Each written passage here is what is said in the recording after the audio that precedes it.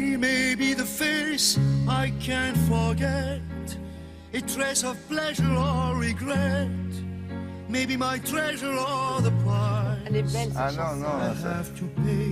là franchement on est vendredi, mais là, She may be the song c'est that joli celle-là. hein. Ah oui, elle est Il y a belle. 11 chansons par jour dans Télématin. Il était temps d'en avoir une. Hein. Alors quand on met leurs œuvres côte à côte, bon, ça fait un sujet détonnant, mais quelle est cette idée de mettre... Alors, qui sont-ils d'abord, de mettre les œuvres de ces trois-là?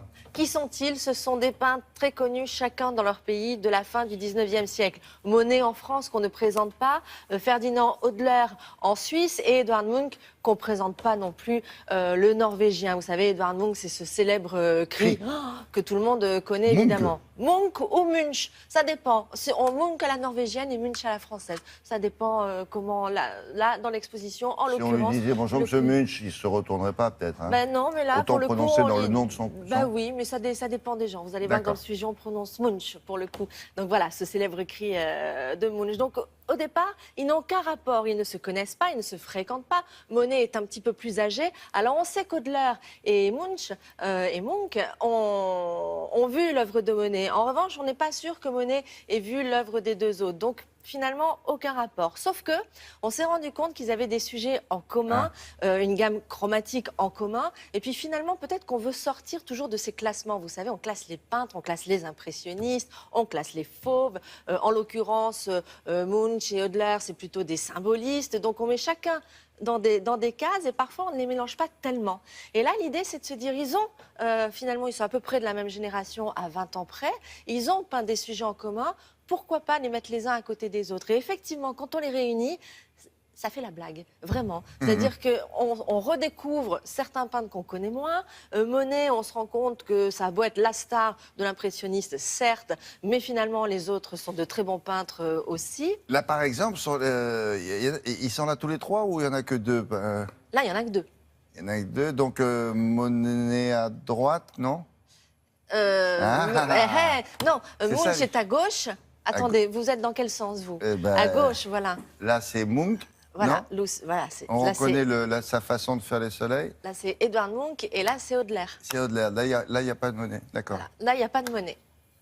Et encore, Bon. vous allez me dire, là, pour le Ah, coup... pas facile, donc voilà l'idée. J'ai un petit doute sur le... Non, c'est un Munch, bien sûr que c'est un Munch. Voilà. Bon, on regarde ça. Donc, de toute manière, vous allez les voir, parce qu'ils sont réunis tous les Où est-ce que trois c'est, au fait Musée Marmottan, à Paris. D'accord.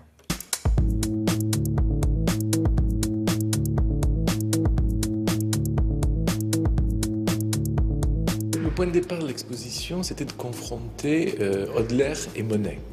Un peintre très insuffisamment connu en France et un peintre universellement connu, et tous les deux autour de la question de la couleur et de certains paysages. Et puis il m'a semblé que ce serait plus attrayant, plus surprenant aussi si on introduisait un troisième homme dans cette conversation. Et Munch devait être ce troisième interlocuteur. D'abord parce qu'ils ont des questions en commun, ils sont de la même époque, ils ont affronté les mêmes difficultés aussi bien sociales qu'artistiques. Ces artistes que d'habitude on enferme dans différents tiroirs, impressionnisme pour l'un, grosso modo symbolisme pour les deux autres, n'ont qu'une envie, c'est en sortir pour rejoindre les autres.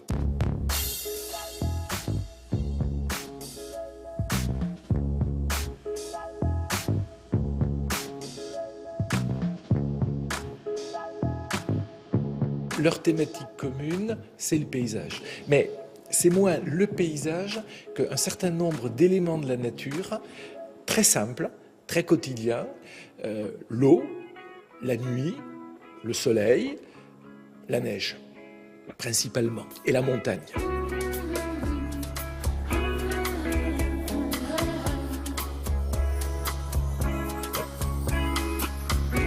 Comment, en 1890 ou en 1900, peut-on faire pour peindre de manière convaincante, émouvante, la neige ou le soleil ou la nuit, étant entendu que chacun de ces trois sujets se dérobe, a priori, à la peinture.